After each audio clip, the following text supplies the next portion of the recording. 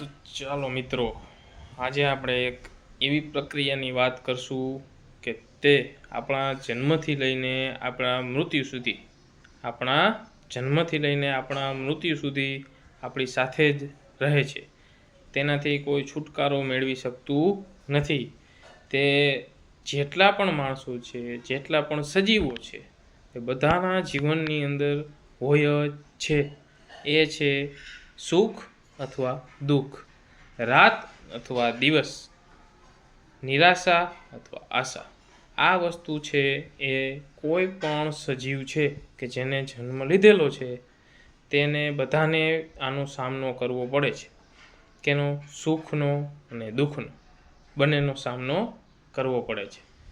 હવે તમે જ્યારે જન્મ લો છો ત્યારથી જ્યારે તમારું મૃત્યુ થાય છે ત્યાં સુધી, જ્યારે તમારો જન્મ થાય છે ત્યારથી લઈને તમારું મૃત્યુ થાય છે ત્યાં સુધી કાં તો તમારા જીવનની અંદર સુખ આવે છે, કાં તો તમારા જીવનની અંદર દુઃખ આવે છે. બંનેનો તમારે સામનો કરવાનો જ છે. જો તમારે જીવનની અંદર કોઈ પણ પ્રકારનું દુઃખ આવે તો એમ નહીં સમજી લેવાનું કે આ દુઃખ જીવન પર્યંત રહેશે. એક દિવસ એવો આવશે, એક સમય એવો આવશે કે એ દુઃખથી તમે પરે થઈ જશો. એ દુઃખ તમારા જીવનની અંદરથી ચાલ્યું જશે અને તમારી અંદર સુખ આવશે. આ એક જીવનનું ચક્ર છે કે જો દુઃખ આવે તો સુખ આવે જ છે અને સુખ આવે તો દુઃખ પણ આવે જ છે. જેને આપણે કુદરત કહીએ ને, કે આપણે કુદરત છે જેને આ સૃષ્ટિની રચના કરી છે તેને જોઈ વિચારીને જ કરી છે. જો ખાલી જીવનની અંદર સુખ જ આપી દે તો તમે કઈ વાતને લઈને સુખી થશો? તમારી પાસે બધા સુખ હશે જ તો તમને તેનો અનુભવ થશે નહીં, અનુભવ નહીં થાય. જો તમારી અંદર દુઃખ જ હશે, આખા જીવન પર્યંત દુઃખ જ હશે તો તમને સુખનો અનુભવ જ નહીં થાય. એટલા માટે જેણે આ સૃષ્ટિની રચના કરી છે એ કુદરતે જોઈ વિચારીને જ આપણે અહીંયા મોકલા છે અને જોઈ વિચારીને જ રચના કરી છે કે સુખ અને દુઃખ બંને જીવનની અંદર આવે છે. આપણે રાત્રે સૂઈએ છીએ તો બીજે દિવસે સવારે સૂરજ ઉગે જ છે. તો આ વસ્તુ ચાલી જ રાખવાની છે. જો દિવસ હશે તો રાત આવશે, રાત હશે તો દિવસ આવશે.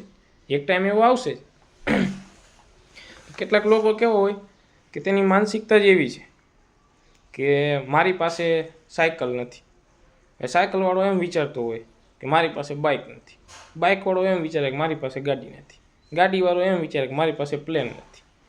અરે ભાઈ, જે છે એમાં સુખી રહે ને, જે છે એમાં સુખી રહ્યો. આપણી પાસે આજે ગાડી છે, આપણી પાસે આજે સાયકલ છે, તો જે છે એમાં સુખી રહ્યો. સાયકલવાળો છે એ એમ વિચારો કે ભાઈ સાયકલ ચલાવીશ તો હું નિરોગી રહીશ, સાયકલ ચલાવીશ તો હું નિરોગી રહીશ. ગાડીવાળો છે દવાખાનાના ધક્કા ખાય છે, ગાડીવાળો છે દવાખાનાના ધક્કા પણ ખાય છે. એ સાયકલવાળાને ખબર નથી.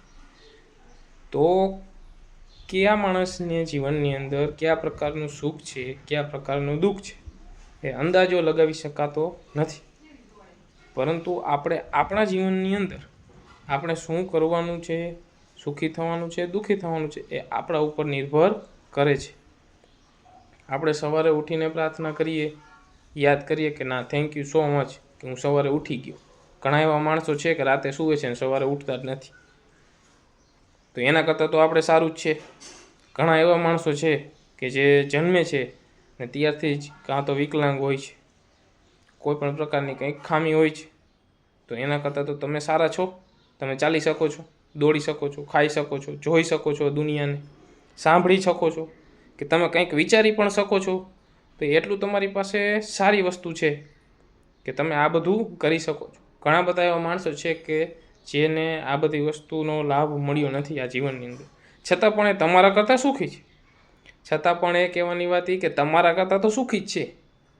જેની પાસે કોઈ એવો માણસ છે કે જેની પાસે કુદરતે જ આંખો નથી આપી કે આ દુનિયાને નિહાળી શકે, પણ એની પાસે કાન ચાપ્યા છે, તે સરખી રીતે સાંભળી શકે છે, તેની ઇન્દ્રિય એ મજબૂત છે, અને છતાં તમારા કરતાં એ સુખી છે. એ ક્યારે રડતો નથી કે ભાઈ મને કેમ કુદરતે આંખો નથી આપી, મારે આ દુનિયાને જોવી હતી. એ વાતને લઈને ખુશ છે કે મને ભગવાને સારી મગજ શક્તિ આપી છે, સારા કાન આપ્યા છે, ચાલવાની શક્તિ આપી છે. તો જીવનની અંદર સુખ અને દુઃખ આવવાના જ છે, આવવાના જ છે અને આવવાના જ છે. તમે કાંઈ પણ માથા પછાડો, પગ પછાડો, છતાં પણ આ ચક્ર ચાલુ જ રહેવાનું છે, ચાલુ જ રહેવાનું છે. તો તમે જ્યારે જન્મ લીધો ત્યારથી લઈને મૃત્યુ થાય ત્યાં સુધી તમારે શું કરવાનું છે? કામ કરવાનું છે. શું કરવાનું છે? કામ કરવાનું છે.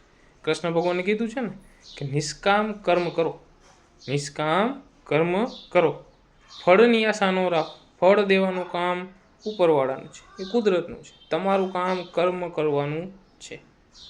હવે કેટલાક અત્યારે સોશિયલ મીડિયામાં વિડીયો આવે છે કે ભગવાન સામે ઊભા રહીને બોલે છે કે ભગવાન તું મને ફળ આપી દે, તું મને ફળ આપી દે, કર્મ તો હું ધીમે ધીમે કરીશ, કર્મ તો હું ધીમે ધીમે કરીશ.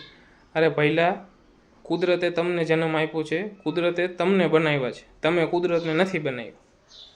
એટલામાં તમે સમજો ભાઈ, કુદરતે તમને બનાવ્યા છે, તમે કુદરતને નથી બનાવ્યા. તો આ વસ્તુ હપ્તે હપ્તે ન આવે. આ વસ્તુને તમારે તમારા જીવનની અંદર ઉતારવી પડે. તમારે નિષ્કામ કર્મ કરતા રહેવું જોઈએ.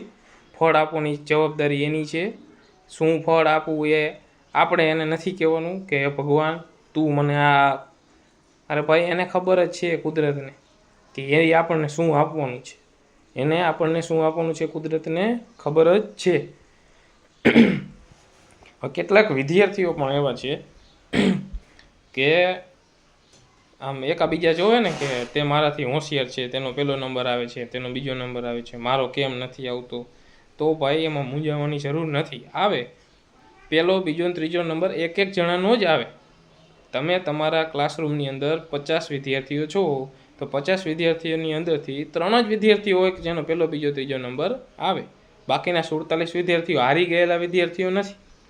47 વિદ્યાર્થીઓની જિંદગી પણ તેનાથી સારી થઈ શકે છે, તેનાથી સારી થઈ શકે છે. પહેલો નંબર આવે એનો મતલબ એવો નથી કે તમે હારી ગયા છો કે જીતી ગયા છો. જેનો પહેલો નંબર આવેલો છે, મારી પાસે એવા ઘણા બધા ઉદાહરણ છે કે જેનો પહેલો નંબર આવેલો છે છતાં તે અત્યારે કાંઈ નથી કરતા, પરંતુ છેલ્લી બેન્ચે બેસવાવાળા ઘણા આગળ છે. તો આપણે દુઃખી થવાની જરૂર નથી. અને અત્યારના માતા પિતાઓને પણ સલાહ આપું છું કે તે પોતાના બાળકોને એટલું પ્રેશર ના આપે કે તે બાળક છે એ કંઈક ઊંધું પગલું ભરે અથવા તો ઊંધું વિચારી લે કે અથવા તો એને એમ વિચાર થઈ જાય કે ભાઈ એની જિંદગીથી નિરાશ થઈ જાય. આપણે જિંદગીથી નિરાશ થવાનું નથી. આપણે જિંદગીથી નિરાશ થવાનું નથી. આપણે શું કરવાનું છે? વાંચવાનું છે.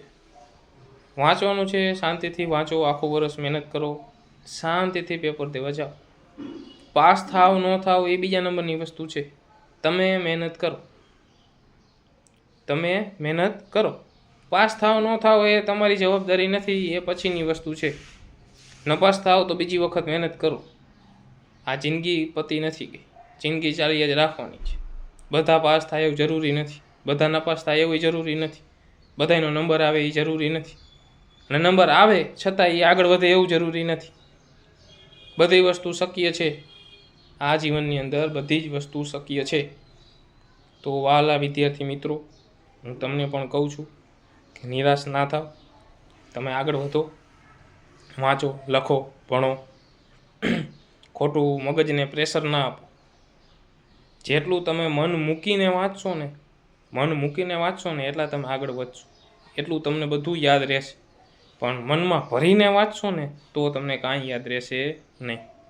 તમને પ્રેશર, તમે તમારા મગજને પ્રેશર આપશો કે મારે આ વસ્તુ યાદ રાખવાની છે, પરીક્ષા આવે છે યાદ રાખવાની છે, એવી રીતે યાદ નહીં રહે. તમે મન મૂકીને વાંચો, જેટલો સિલેબસ થાય એટલો જ વાંચો. એવું જરૂરી નથી કે આખો સિલેબસ પૂરો કરી દઉં એક રાતની અંદર અને બધું વાંચીને બધું આગળ વધી જાવ. એક દિવસમાં કોઈ આગળ વધવાનું નથી. એક દિવસમાં કોઈ આગળ વધવાનું નથી. બરાબર? તો તમે કાંઈ પણ ઊંધું પગલું ભરવાનું નથી.